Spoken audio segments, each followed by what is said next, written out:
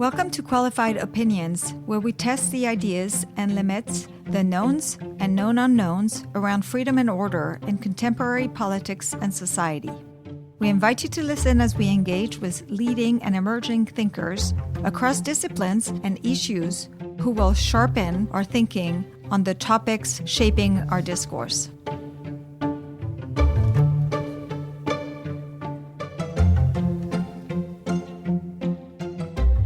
Welcome back.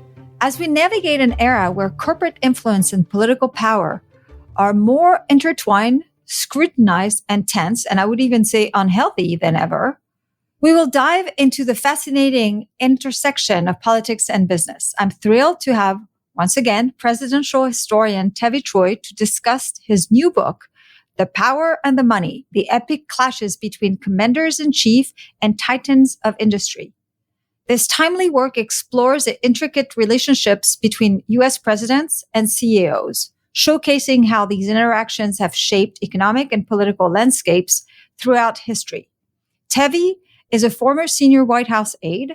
He's a senior fellow at the Bipartisan Center and a visiting fellow at the Mercator Center. Last time we talked, a few weeks ago, we explored the history of presidential assassinations following the assassination of President Trump.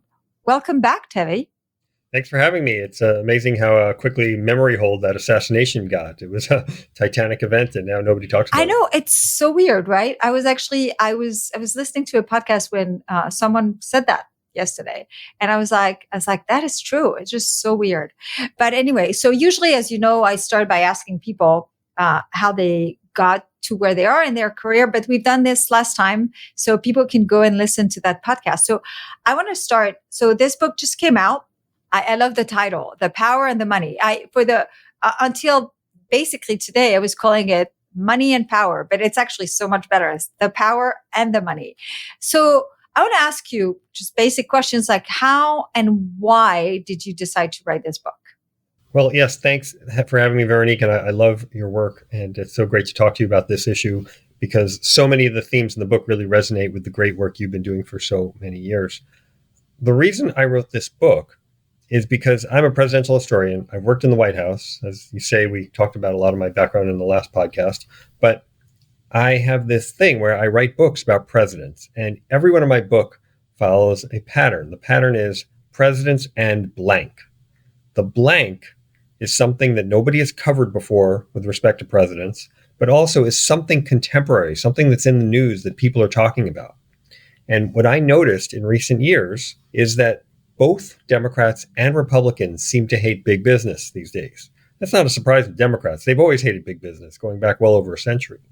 But the Republican thing is new and different to me. I worked in the George W. Bush administration, as you know, and it was seen as a pro-business administration. And now you have someone like J.D. Vance as the Republican vice presidential nominee, and he makes criticizing corporations part of his staple rhetoric. And he's not the only one. Like Elizabeth Warren. Yeah, well, I mean, the Democrats have always done it. And now you have the Republicans doing it as well. So I was trying to figure out what brought this about, where you have both parties disliking corporations so much. And at the same time, you also have these colossi, these huge CEOs who are in the news every day, and sometimes for their business stuff, but sometimes for their politics and sometimes for their own personal scandals. But these are the people we follow. And it's in a system now where we have a disaggregated culture. So if you mention some pop star or some person on TV, you may not know who they are because only a small slice of the electorate and of the population watches each TV show or listens to each new musical phenomenon. When we were growing up, you had Casey Kasem in the top 40. Everybody knew those songs. It's not the case anymore. But everybody knows the CEOs. Everybody knows Elon Musk. Everybody knows Mark Zuckerberg. And so these guys, in some ways, are the celebrities of the 21st century. And I wanted to look at the history of them. And since presidents is my expertise, I wanted to mix those two together and see how these very interesting people, these dynamic people who helped shape our economy and shaped our country, how they've interacted with the most powerful people in the government. Yeah, so I mean, it's interesting. Your last book was called Fight House, and it was really interesting because it was right at the time where people were like lamenting about the dysfunction in the Trump White House. And your book came out and said, wait a minute. I mean, dysfunction in White Houses, is as old as White Houses. And this one is really, it's just pretty, I don't know whether I'm short in memory, because it starts before the war, right? And actually it starts in the 20s, or like before First World War. I mean, it starts with Rockefeller. So well, it starts in the 1870s. Yeah. Oh, yeah. That's true. That's true. That's true. Yeah. And J.P. Morgan, and yeah, that's right.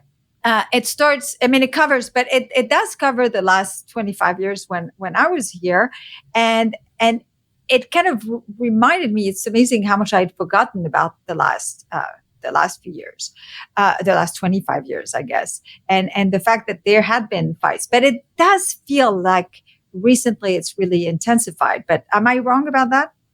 Well, there's so much more at stake. And these companies are not only national, but international. They're also in our lives every day. I mean, we're talking on these machines, on the internet system, and everything that is run by these massive corporations.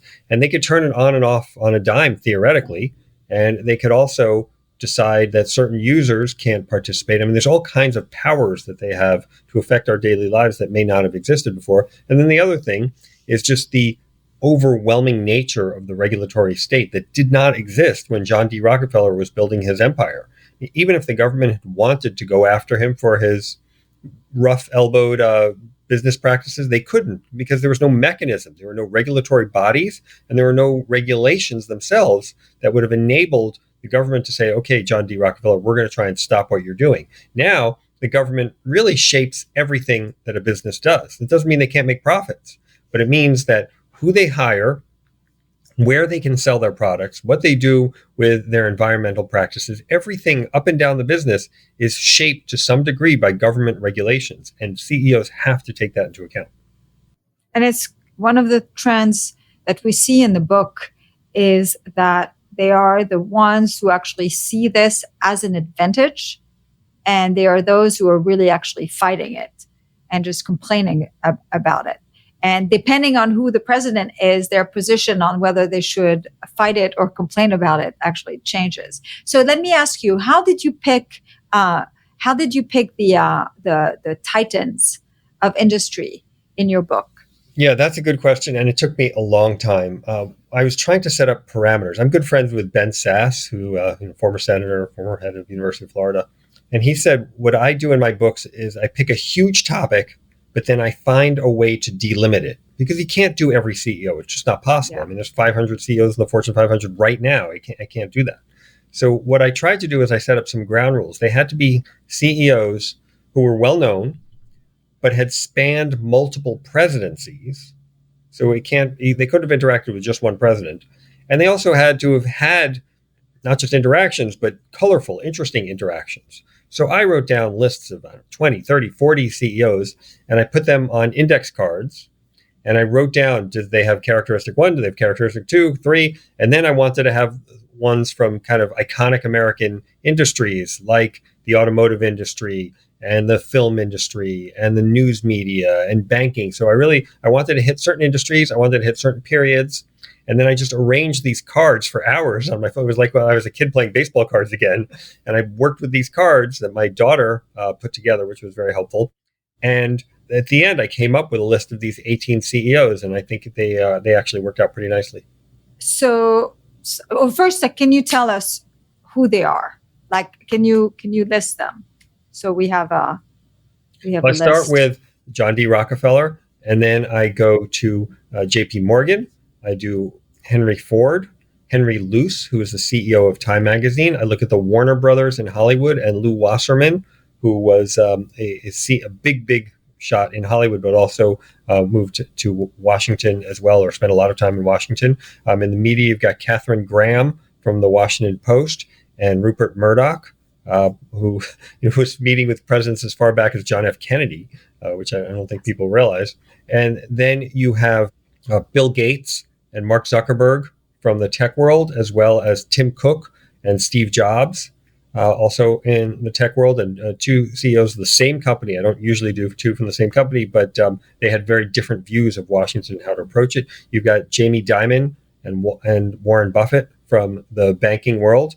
And then you have Elon Musk and Mark Zuckerberg more contemporarily. And then a little wild card, an odd one I threw in there, was Oprah Winfrey, who was a CEO of a media company, but also had a lot of interest in politics and stayed out of politics intentionally for a long time, and then brought some politicians on her show, and that was kind of a phenomenon. And then later she endorses Obama and kind of gives of her guise of neutrality. And the last two people I have are Lee Iacocca, the car magnate, and Jack Welch, who was Mr. CEO, or Neutron Jack, who I think knew 10 presidents. So I'm going to do something that I hate when people do to me, which is to ask you, why didn't you do this? So why I noticed that there's no air and space industry, and in particular, no Boeing, because it's a bias of mine, probably because of my work. But to me, Boeing is one of these companies that, they span a very long time, and they really are creatures of the government in a way. It's like now it's kind of hard to kind of know where the business starts and government intervention ends. I mean, with a company like Boeing. And so I was kind of wondering whether you had considered Boeing, because I mean, the company, was there for a very long time. It's been there. It's in trouble now, but I suspect it's going to have probably a second win. Yeah. So there's two reasons. One is I did want or consider looking at the defense contractors in general and the aeronautics and space industry. But they are such a creature of government that it's a different interaction. It's just, I understand what I'm saying is the major companies that I deal with in the book, they really have to deal with government because government regulations are so important. But these companies, the defense contractors, they exist only with government. So they're I wouldn't say they're quasi governmental, but they're only their major clients are all government, and it changes the interaction. The other thing is there's kind of the man on the street test. I didn't think I could walk down the street and ask somebody name an iconic CEO of Boeing, and people would kind of shrug. So you needed to have these CEOs that are well known, that everybody looks at the back of the book and says, oh yeah, I know who that guy is. I know that guy is. I remember Jack Welch talking to Ronald Reagan or something like that. And you just didn't have that with any of the defense CEOs that I studied. So what would you say is the clearest lesson from your book? Because the book goes, so we follow these CEOs throughout history and throughout several presidents, and we see their interaction. So some of them try to stay out of government, like think that they can actually get away with growing a successful business, and have nothing to do with Washington, which they often learn, which makes me extremely sad that it's not possible. Others, they actually seek the connection with the president. So some for business purposes, they want to extract some favors. Others is actually because they want to help the presidency. Others, like Katharine Graham, who is a publisher of the Washington Post, is because she's a socialite, I guess, and that's kind of how she interacts with power. So these are like a big group of people with very different presidents, very different motives.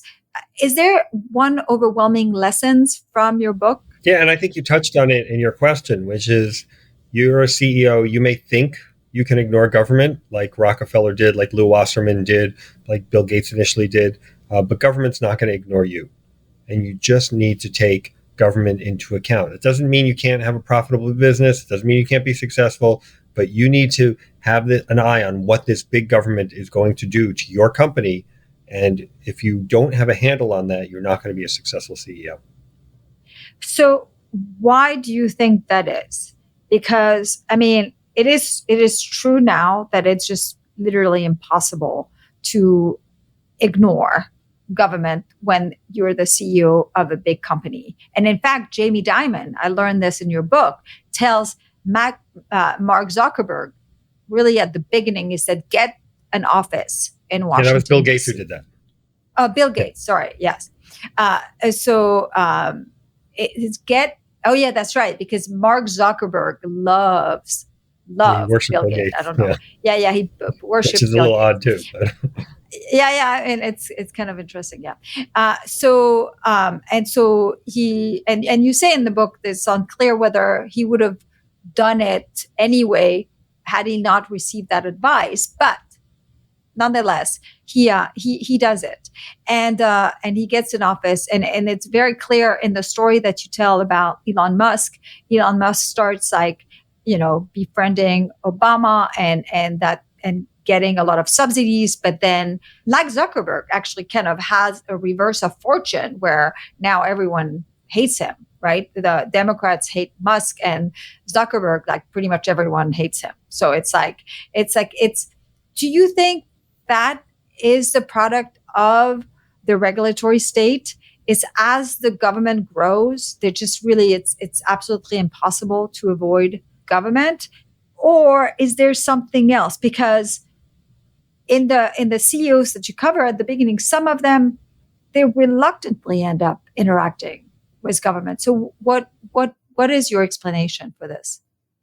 So there's really three reasons why I think the CEOs just need to take government to account. One is just the overweening aspect of the regulatory state, that it's there, it's everywhere, it's involved in everything you do. And you just have to be aware of, in the normal course of business, what government is doing and how government is shaping the choices you make. As I say multiple times, it's not that you can't make a profit with government out there.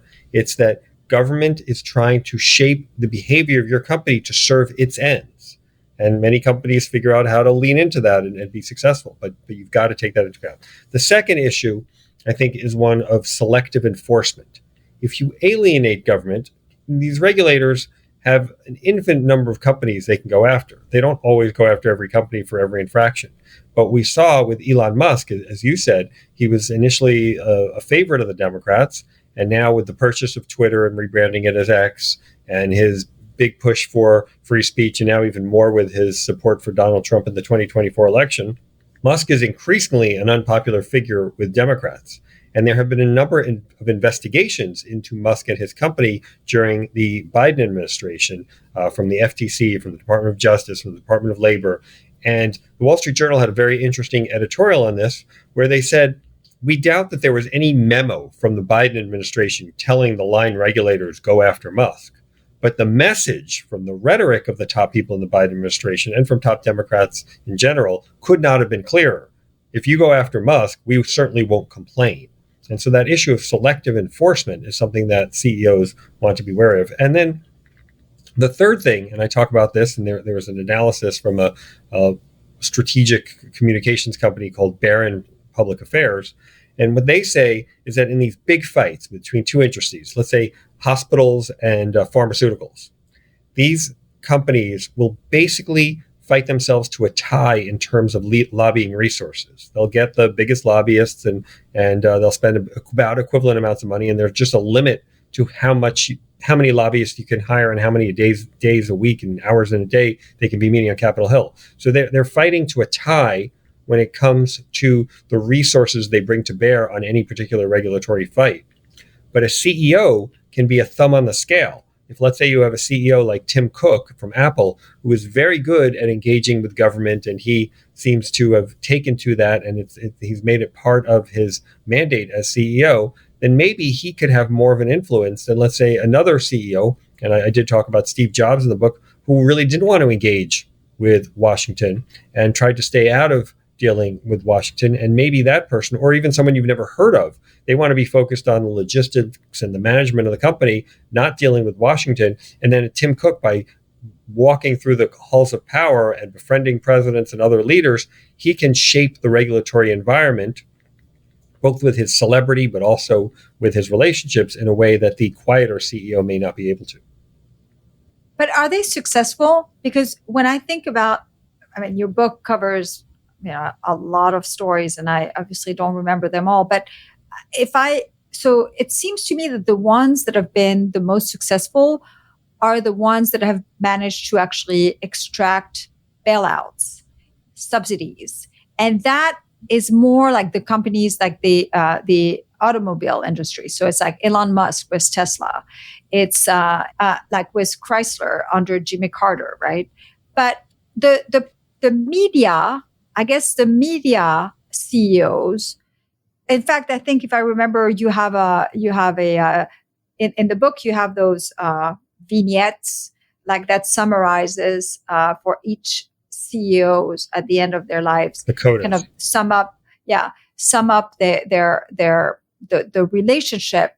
It seems that for the media, it's been just kind of more neutral, right? It's unclear how successful they've been. Am I correct about this? I think there's a couple of things going on. I don't think it's just bailout CEOs who do well. I mean, look at someone like Jamie Dimon, who made an affirmative decision to come to Washington twice a month instead of twice a year, which was his initial practice, because he saw how important Washington was. And that means he knows people in either party. Whenever someone comes to power, he's dialed in. And I say in the book that his net worth is now well over $2 billion.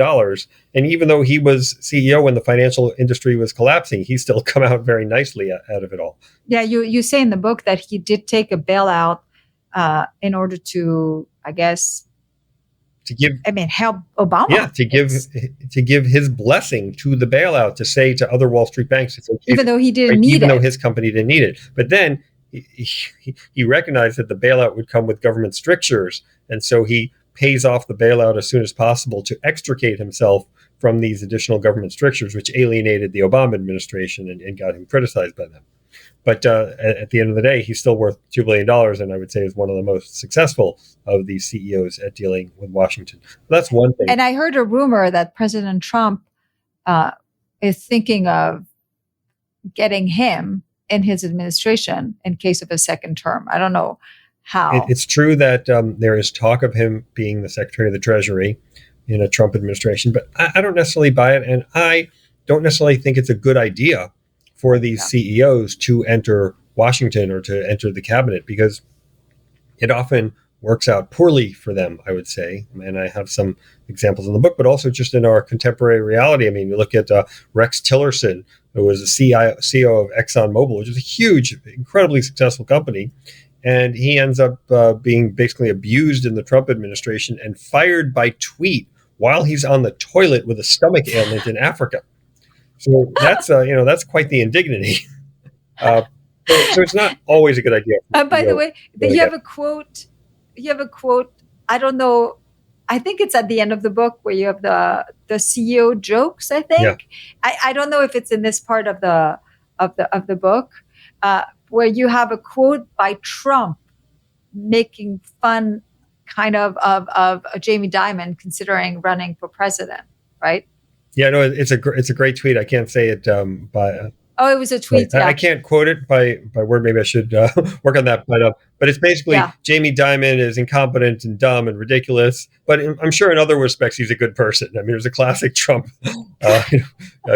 criticizing you and dumping on you, and then say, "Oh yeah, but you're all right also." And that was when Jamie Dimon threatened that if he ran for president, he thought he could beat Trump. And Jamie Dimon recognized that he'd stepped in it. And he's, again, so careful in his dealings with Washington. But he stepped in it and he apologized, I think, even faster than Trump sent out the tweet. Wow.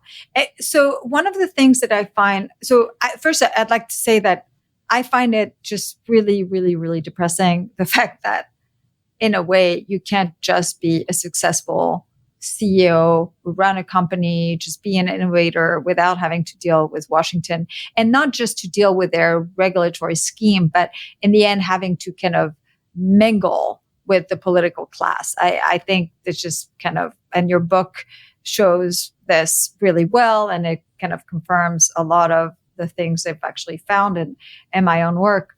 But one of the things that I think I draw from your book is that originally the interaction of presidents and CEOs were more intentional. They weren't necessarily kind of required.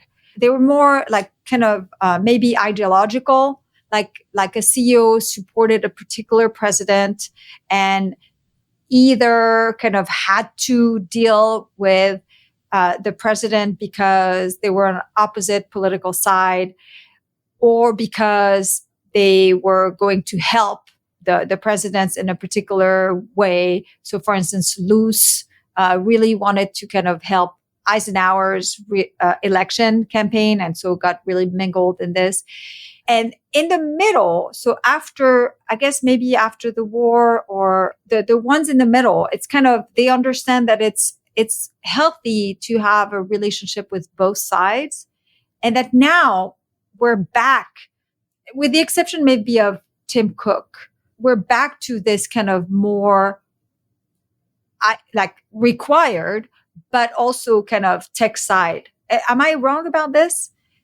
No, I think you're onto something very interesting, which is there was a choice. I mean, Henry Ford didn't have to engage with presidents. He didn't have to go to see Woodrow Wilson in the White House to argue against America joining World War I. He didn't have to rail on Franklin Roosevelt and the New Deal. And there was this blue eagle that you would get if you adhered to what the government wanted you to do. And Henry Ford would say, I don't want that damn buzzard on my businesses. But Ford didn't have to do those things. Contemporary CEOs do have to, because you really can't avoid what the government's trying to do. And then I think most instructive in this is perhaps Lew Wasserman, who intentionally says, I'm not involved in politics. I don't want to go to fundraisers. I don't want to deal with Washington. And Bobby Kennedy's Justice Department comes after him for antitrust violations. And suddenly, boom, eyes open. And he says, I'm going to focus on Washington. I'm going to focus on it in a big way. And he befriends Lyndon Johnson. And then later, when Ronald Reagan is president, Wasserman's a big Democrat, but he leverages his previous relationship with Reagan from their time in Hollywood, when Reagan was his client, to have this close tie with Reagan that even allows him to convince Reagan not to pursue a free market regulatory change in terms of the FinCEN, the financial interest and syndication rules, that Reagan went along with what Wasserman wanted and didn't do the free market reform that his staff wanted him to do. Yeah. One of the stories I think that is really interesting is the Katharine Graham story. One of the reasons why I find it interesting is that one way to read that story, so she was a socialite who ended up being, after the suicide of her husband, who was the publisher of the Washington Post, who was, I think, given the job by her father at the time. She ends up being in charge of this paper, which at the time is really more of a local paper, unlike the New York Times was a national paper. And because she's a socialite, and I don't say this in a negative way, but she has had a lot of friendship with the Kennedys and then the Johnsons. And even though it's kind of, Johnson would like call her and say, what the hell is this story about me, blah, blah, and then just kind of do things like this, right? She really actually comes to become just a great publisher in a time where she has actually really a bad relationship with the president, and that is Richard Nixon. And I thought that was kind of interesting, because in a weird way, it's because of that bad relationship that it gives her moral clarity about what newspapers should be doing. And of course, we tell the story of the Pentagon Papers and then Watergate. And is that a correct reading of that story? I think it's a fascinating reading, and what it's really saying is the one president with whom she wasn't cozy was the one she is best known for going after. In terms of Richard Nixon administration, with A, the Pentagon Papers, and B, more famously with Watergate. But there's that link with Pentagon Papers and Watergate, because Nixon is so upset about the leak of Pentagon Papers, which, if you recall, were papers from the Johnson administration. They had nothing to do with the Nixon administration, but he's so upset about this leak that he creates this special unit called the Plumbers. And the plumbers are supposed to go after leaks. That's what plumbers do. They plug leaks. And it's the plumbers who engage in the Watergate burglary that gets Nixon into so much trouble. Yeah. And then after that, an interesting thing about her is that she learns. So all of her real relationships, was with mostly Democrats.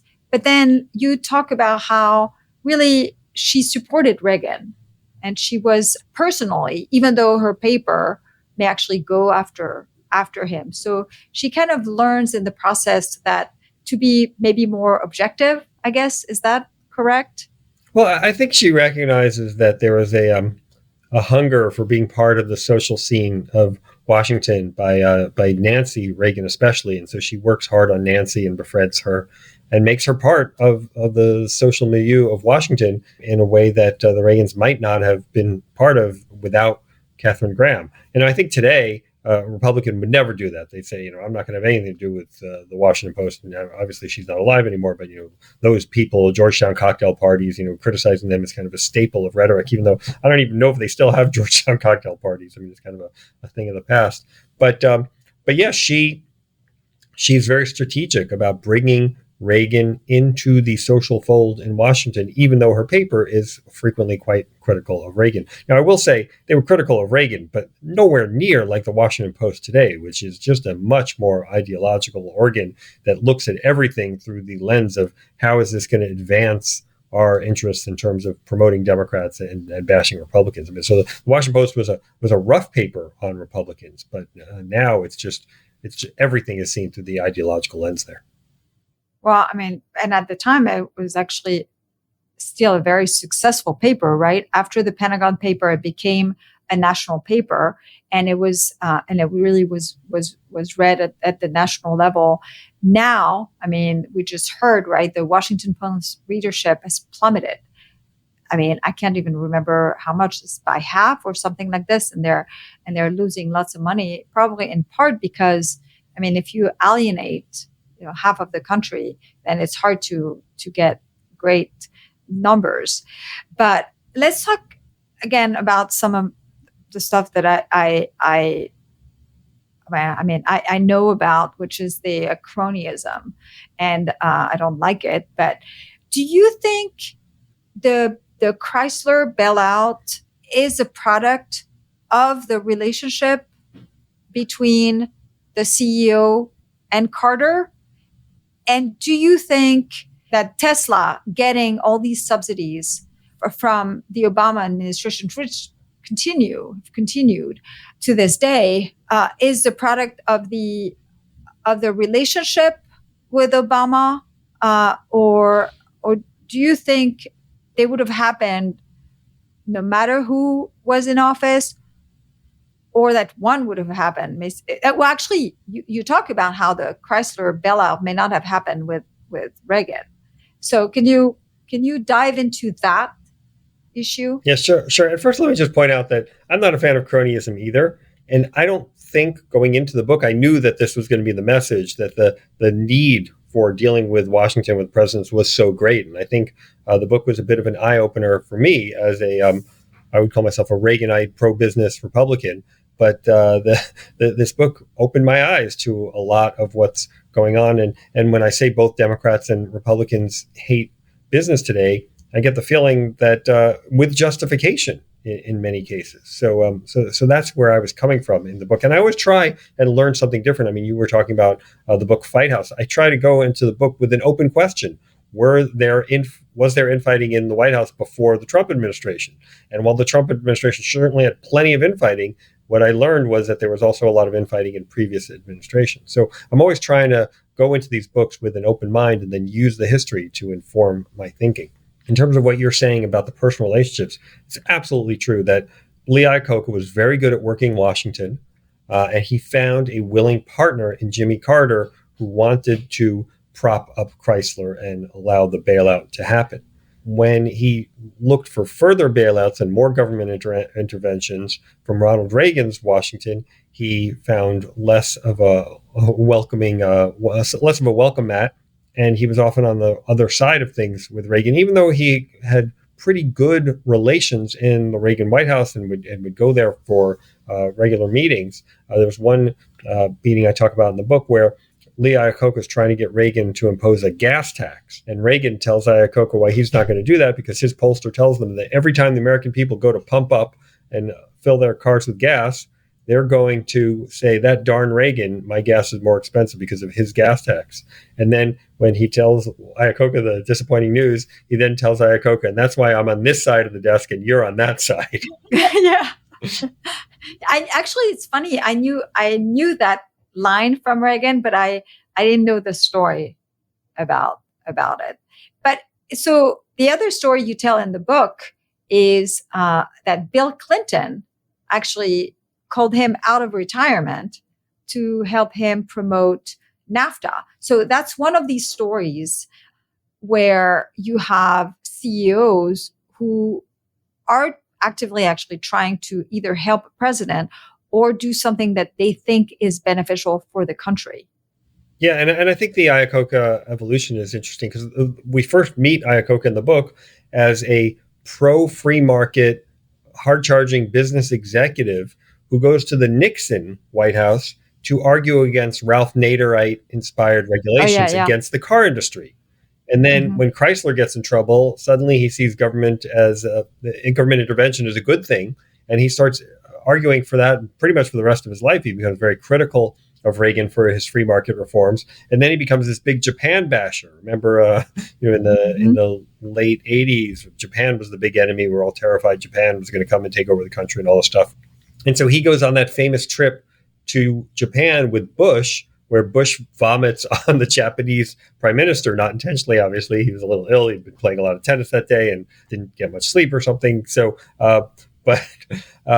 so Iacocca just gets very involved in trying to impose protectionist walls against Japanese imports in America. That becomes his big thing. And that's why Bill Clinton calls him out of retirement from his villa in Japan, in Italy, by the way, to say, hey, we need you to sell in the middle of the night, right, to sell my trade program.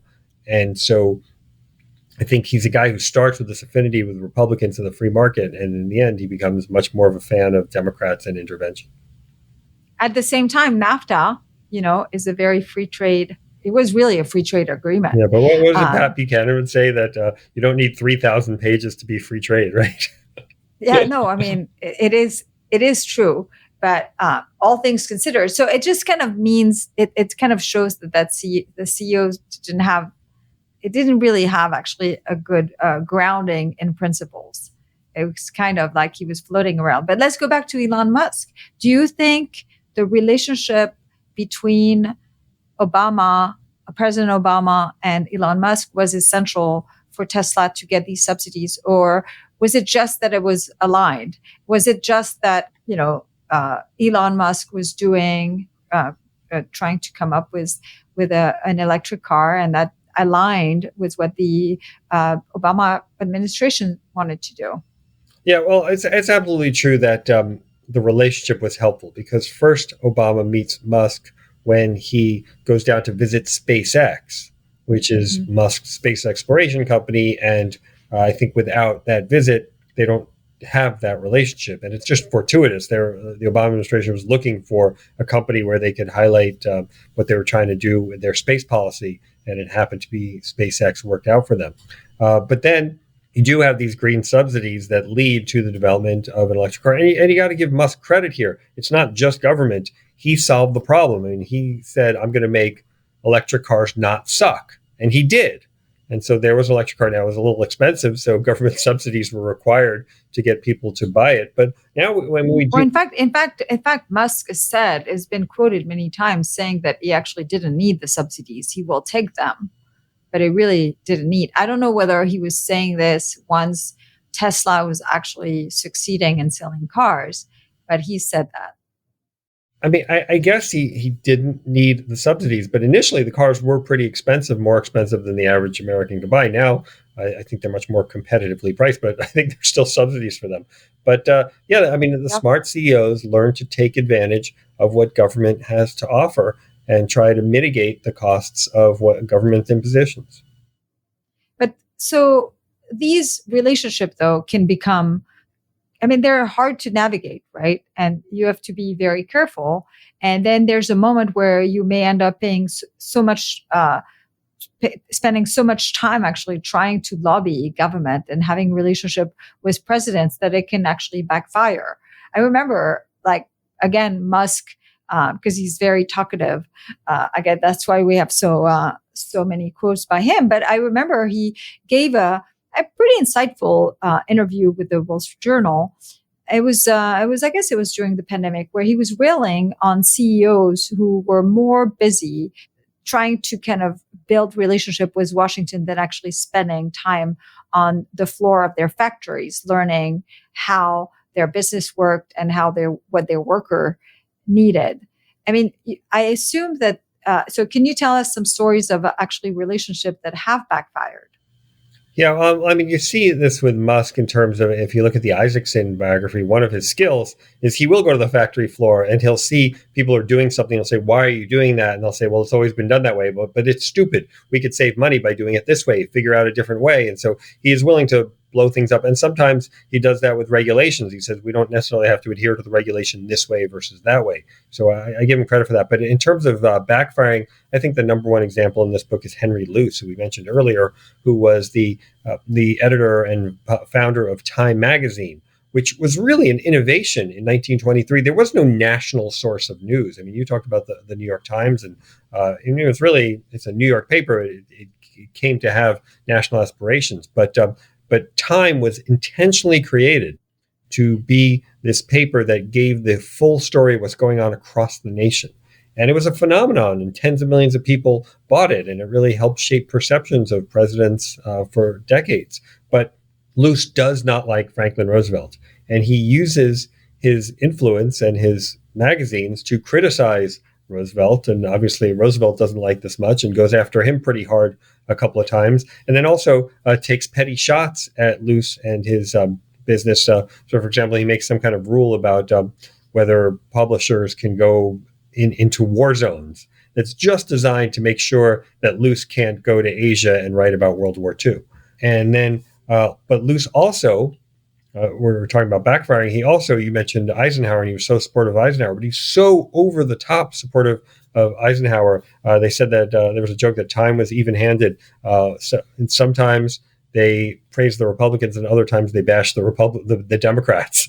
But it means that the smart set, the intellectuals of the 50s, started to make fun of Time, and Time kind of loses its cachet as a result of being so pro-Eisenhower and so over the top in its biases. And so I wonder whether maybe the Washington Post staff could have learned that lesson. They should all read my Luce. Serious. They should all read my Luce chapter as well as the rest of The Power of the Money, because it's a terrific and instructive book in my humble opinion. And the story of Luce is one that you use to talk about how a CEO can be all in for a president and all out against another president, and the all in for presidents has a cost, and the all out actually doesn't even really have a benefit. There's no evidence that his action against Roosevelt had any real impact, right? Well, it got him criticized, and it got him banned from the war zone. And so, I wouldn't say he came out on top with his interactions with Roosevelt, but also Roosevelt, Roosevelt was enough of a government imposer that if he had mechanisms for curtailing Luce's business to the extent that government does today or presidents do today, I think he would have gone after Luce a little harder. And this actually interesting. You look at the Obama White House; they had an anti-Rupert Murdoch war room, right? They had this effort that was designed to go after Murdoch and Fox News, and to the some extent, it existed also in the Biden White House. And Biden said very clearly that he didn't like Murdoch, and he hired the same person, Anita Dunn, who ran the anti-Murdoch war room in the Obama White House. He hires her also in the Biden White House. And Murdoch, I didn't know that, but Murdoch effectively got a shot at expanding his business because of the deregulation under the Reagan White House. Yeah, no, it helped him extend, because there are these rules about owning a TV station and owning a newspaper. And obviously Murdoch isn't Murdoch unless he can own both of those things.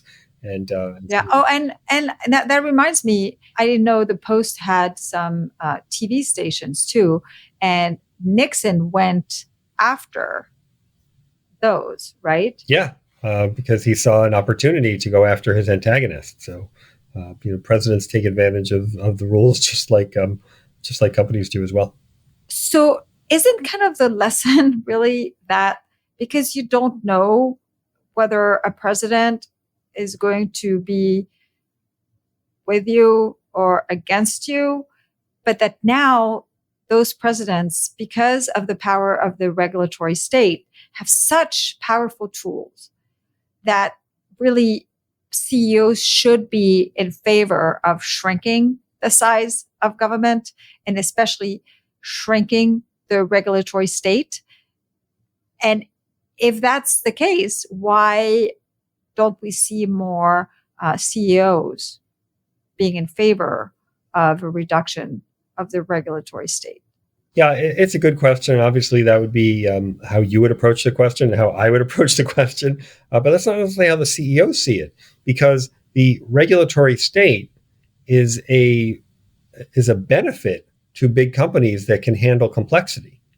And as you know, complexity is subsidy. And the bigger your company, the more regulatory affairs staffers it has, the more lobbyists it has, and the more it can comply, it can deal with the cost of compliance, while a small business might be driven out of business by those. So it kind of protects their market position. So you would think that they would have this free market approach and say, well, government has all this power over me, let's get rid of government's power. But no, they see government's power as their advantage and in many ways crucial to their success. They would never say that, of course, publicly. Yeah, they would never say that. So where do you think the relationship, I know it's unfair to ask you a question about the future. It's like to do this to a historian, it should be, forbidden. But nonetheless, how do you think the relationship between CEO and presidents is going to evolve? Because unless we really can take an axe to the regulatory state, which is very hard. I know President Trump says he wants to do it, but it's hard. Where do you think this relationship's going? Is it just going to be more of the same, or is it going to be? I don't see just more of the same happening. I think that something's got to change. So, one scenario is basically Atlas Shrugged, right?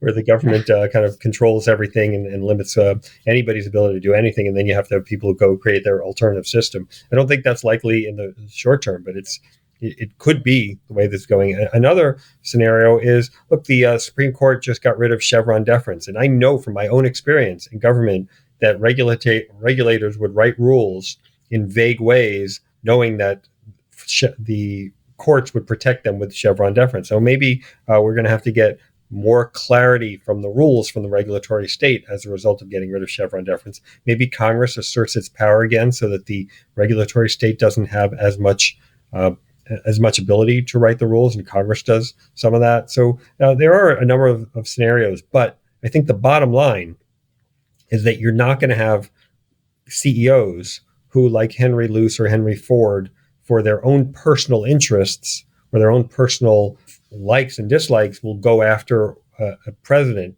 because it's too dangerous and there's too much risk in doing so. And I think other CEOs are just going to be more careful. They're going to be more Jamie Dimon-like, and they're going to say, okay, I'm going to come to Washington a lot. I'm going to build ties on both sides of the aisle. I'm not going to upset the apple cart. And I think that's where we're going, because the alternative is just too dangerous for a CEO especially of a publicly traded company. Do you think there's still going to be, because it seems to me that a lot of CEOs now, I have no problem expressing dislike over Republican presidents, but they're more careful about Democratic president. Is that bias real, or is just? Well, look, you got to know what's going to get you praised in the mainstream media that your shareholders and your board are reading. And, you don't want to be a punching bag in the New York Times and the Washington Post. And if you criticize Democrats, you could be that punching bag. And so you've got to be real careful.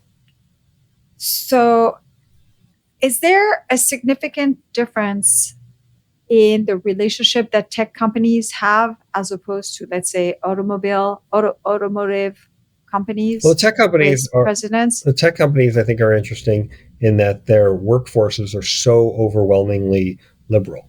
And that affects what the CEOs do and can do. And in fact, I tell a story in the book about Mark Zuckerberg is deciding what to do when Trump says that thing, when the looting starts, the shooting starts. And he has these kind of tortured calls with the Trump White House about whether to ban him or not. And the Trump White House aides are making fun of Zuckerberg, saying, well, Mark might be with us, but he's scared of his left-wing staff.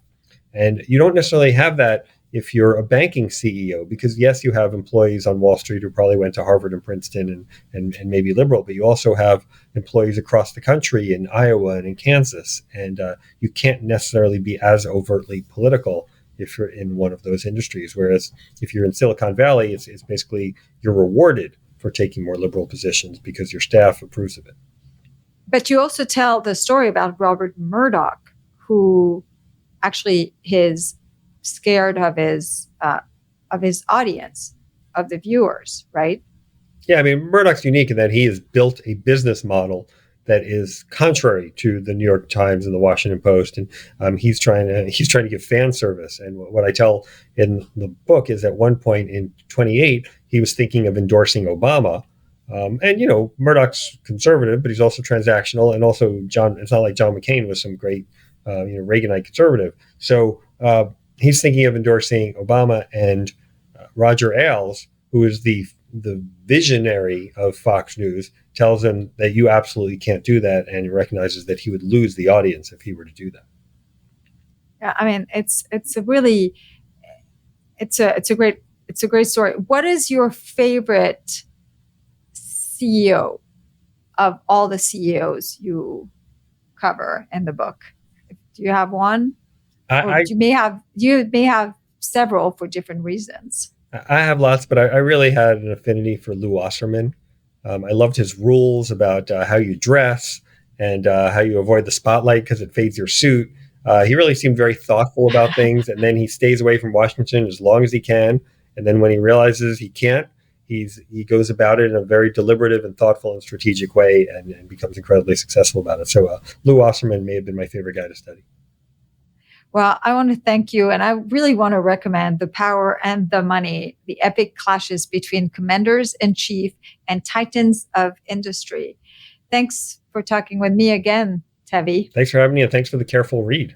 Oh, and good luck with promoting the book, because writing a book, I mean, it took you 4 years, right?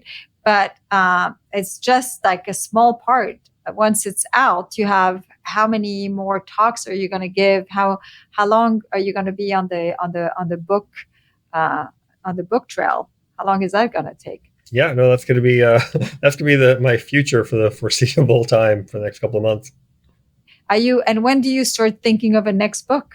I know it's so unfair to ask when you just finished. Yeah. So my mentor was a guy named Ben Wattenberg. I don't know if you remember him, but he once was talking about a colleague of ours who would always grumble that he had a book out every year and that he didn't get enough attention for his books. And Ben said that guy would get twice as much attention if he wrote half as many books. And that really stuck with me. I don't think I'm serving the public or myself to put out a book too frequently. So I've been my books have come out in 2013, 2016, 2020, and 2024 now. So I put a little span between them. It allows me to think and research. It also lets me to see what the new developments are. And so don't expect another book until the end of the 2020s, I would say. Well, I'm sure we'll talk before that. But many times. Thanks again, Tevi. Thank you.